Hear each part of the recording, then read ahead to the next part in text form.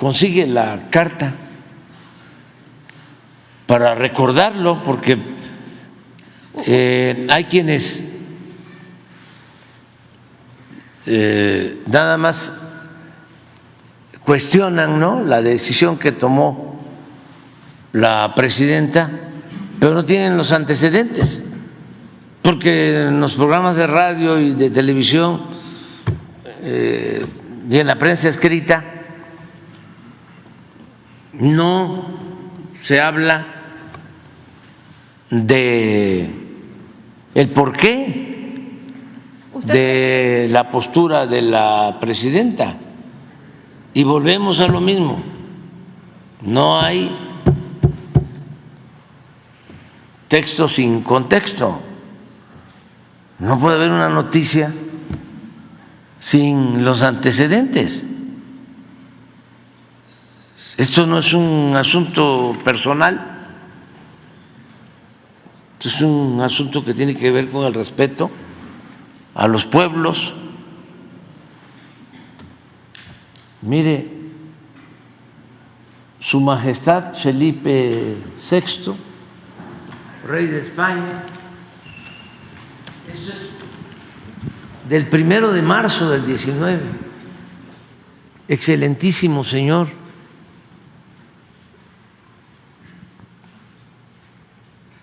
Toda la carta es respetuosa. Como me dirigí a su santidad Papa Francisco, aunque con otro fundamento, expongo a usted, Majestad, el siguiente manifiesto.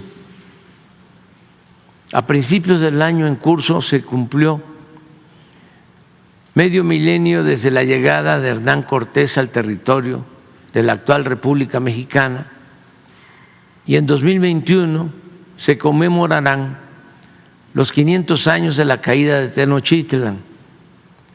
Asimismo, dentro de 3 años, México celebrará los primeros 200 años de su vida independiente. Nos encontramos, pues, en un periodo en el que resulta ineludible la reflexión ante hechos que marcaron de manera decisiva la historia de nuestras naciones y que aún generan encendidas polémicas en ambos lados del océano. Sin afán de ahondar en ellas, Su Majestad, me ciño a los hechos. La incursión encabezada por Cortés a nuestro actual territorio fue sin duda un acontecimiento fundacional de la actual nación mexicana, sí, pero tremendamente violento, doloroso y transgresor. Comenzó con un acto de voluntad personal contra las indicaciones y marcos legales del Reino de Castilla, y la conquista se realizó mediante innumerables crímenes y atropellos.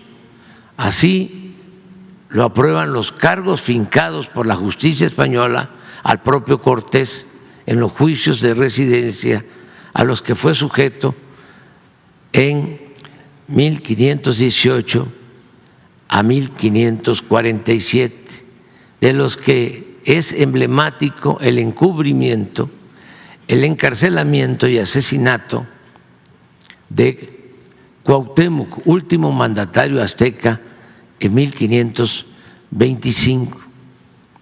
Esto está consignado, fue enjuiciado por este asesinato, entre otros cargos, tanto en la conquista como en el proceso de colonización que siguió.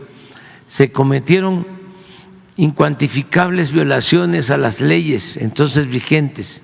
Entre las más públicas y notorias, se vulneró el principio del Quinto Real, se impuso la fe y se construyeron templos católicos sobre las antiguas pirámides y con los materiales de estas. Se instauraron la esclavitud y las encomiendas. Las tierras propiedad de los naturales fueron usurpadas y repartidas a colonizadores, y a órdenes religiosas. Se realizó un sostenido saqueo de las riquezas naturales, particularmente por medio de la minería. Se implantó un ordenamiento social basado en la segregación de castas y razas. Se impuso la lengua castellana y se emprendió la destrucción sistemática de las culturas mesoamericanas. En suma, durante la colonia se vulneraron derechos individuales y colectivos que con una mirada contemporánea deben asumirse como atentados a los principios que rigen a ambas naciones, formulados a través de tratados y otros convenios de cooperación. Y si en los años inmediatamente posteriores a la conquista los abusos fueron atribuibles a adelantados que actuaron por cuenta propia, los actos de autoridad durante el largo periodo colonial fueron consecuencia de la aplicación de políticas de Estado. Las instituciones virreinales fueron parte de la corona española, pese a que en todo ese periodo ningún monarca peninsular visitó la Nueva España. Una vez consumada la independencia de México, el 21 de septiembre de 1821, después de 11 años de guerra, de 1810 a 1821, el Reino de España intentó de manera infructuosa, aunque con grandes daños a la nación, una reconquista. Entre 1821 y 1854 envió varias incursiones militares. En 1836 se firmó el Tratado de Paz entre México y España, pero Fernando VII murió en 1833 sin haber reconocido nuestra independencia.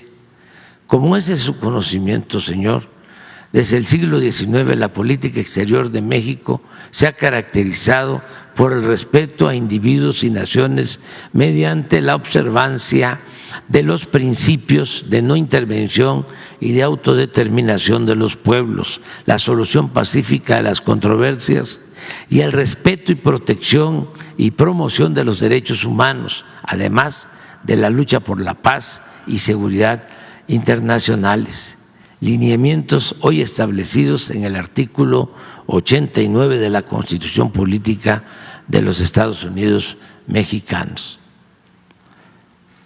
Actualmente el Estado que presido no pide un resarcimiento del daño en pecuniario de los agravios que le fueron causados por España, ni tiene el propósito de proceder de manera legal ante los mismos. En cambio, México desea que el Estado español admita su responsabilidad histórica por esas ofensas y ofrezca las disculpas o resarcimientos políticos que convengan.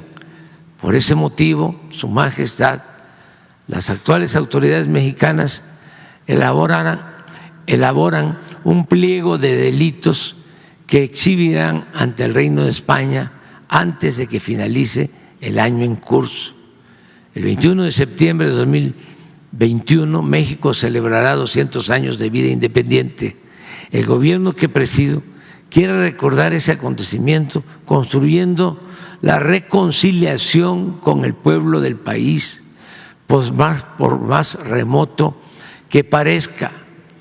Tal fecha coincidirá con los 500 años de la caída de Tenochtitlan y el inicio de la colonia, y se establecerá el 21 de septiembre como Día de la Reconciliación Histórica.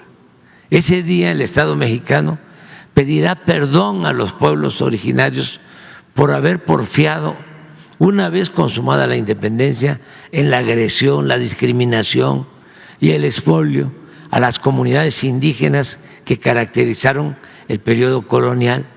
El desagravio hará énfasis en las guerras atroces y genocidas emprendidas por el gobierno mexicano en contra de los pueblos yaqui y maya, la guerra del Yaqui en Sonora y Sinaloa y la guerra de castas en la península de Yucatán, así como en la persecución racista que sufrieron los chinos en el territorio de México durante las primeras décadas del siglo XIX y en otros agravios y atrocidades que diversas autoridades cometieron contra la población.